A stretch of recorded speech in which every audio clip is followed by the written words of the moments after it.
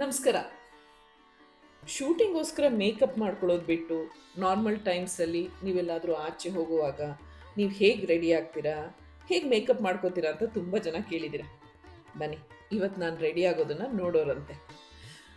ನಿಮ್ಗೆಲ್ರಿಗೂ ಗೊತ್ತು, ನಾನು ಹೆಚ್ಚಾಗಿ ಯೂಸ್ ಮಾಡೋದು ಎಲ್ಲ ಕ್ರುಯಲ್ಟಿ ಫ್ರೀ ಪ್ರಾಡಕ್ಟ್ಸ್ ಅಂತ.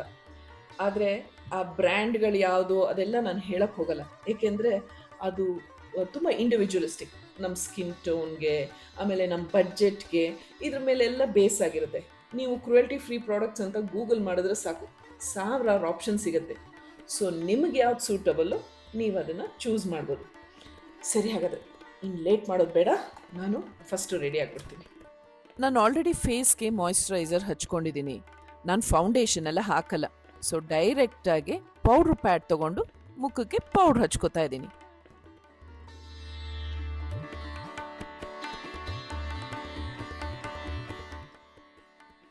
ಈಗ ನೆಕ್ಸ್ಟ್ ಐಲೈನರ್.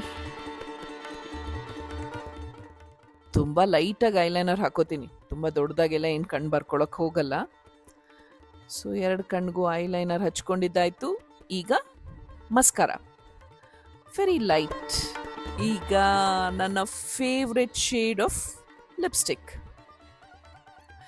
ಅದಕ್ಕೊಂದು ಸ್ವಲ್ಪ ಲಿಪ್ ಲೈನರಿಂದ ಶೇಪ್ ಕೊಟ್ಕೋತೀನಿ ಅಷ್ಟೇ. ಈಗ ಬಿಂದಿ ಇಟ್ಕೊಳ್ಳೋ ಟೈಮ್. ಅಯ್ಯಯ್ಯೋ, ಬಿದ್ದೋಯ್ತು.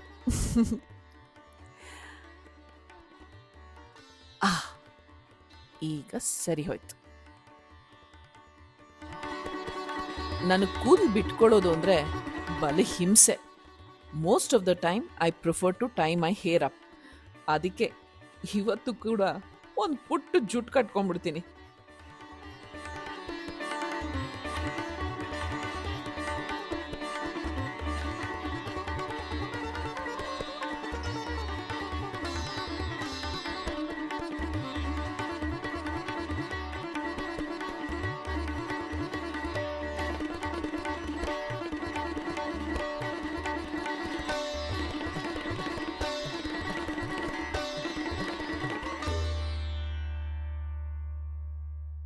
ಈಗ ನಾನು ಹಾಕೋತಾ ಇರೋ ಸ್ಕ್ರಂಚಿ ನನ್ನ ಬರ್ಡೇ ಗಿಫ್ಟ್.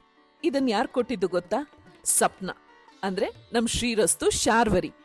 ಇದನ್ನು ಅವ್ರ ಕೈಯಾರ ಅವರೇ ಮಾಡಿರೋದು. ಈಗ ನನ್ನ ಫೇವ್ರೆಟ್ ಕೆಂಪಿನ ಸೆಟ್ ಹಾಕೋತಾ ಇದ್ದೀನಿ. ಇದು ಅಮ್ಮ ನನಗೋಸ್ಕರ ನನ್ನ ಫಸ್ಟ್ ಬರ್ಡೇಗೆ ಮಾಡಿಸಿದ್ದಂತೆ. ಅಫ್ಕೋರ್ಸ್ ಆಗ ನಾನು ಇದನ್ನು ಹಾಕೋತಾ ಇರಲಿಲ್ಲ. ಈ ಸೀರೆ ಹೇಗಿದೆ? ಸಖತ್ತಾಗಿದೆ ಅಲ್ವಾ? ಇದು ಅಮ್ಮನ ಸೀರೆ.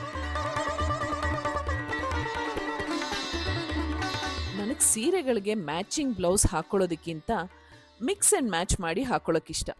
ಯಾವುದೋ ಸೀರೆ ಇನ್ಯಾವುದೋ ಬ್ಲೌಸು, ಅದೇ ಒಂಥರ ಟ್ರೆಂಡ್ ಆಗುತ್ತೆ ಅಲ್ವಾ?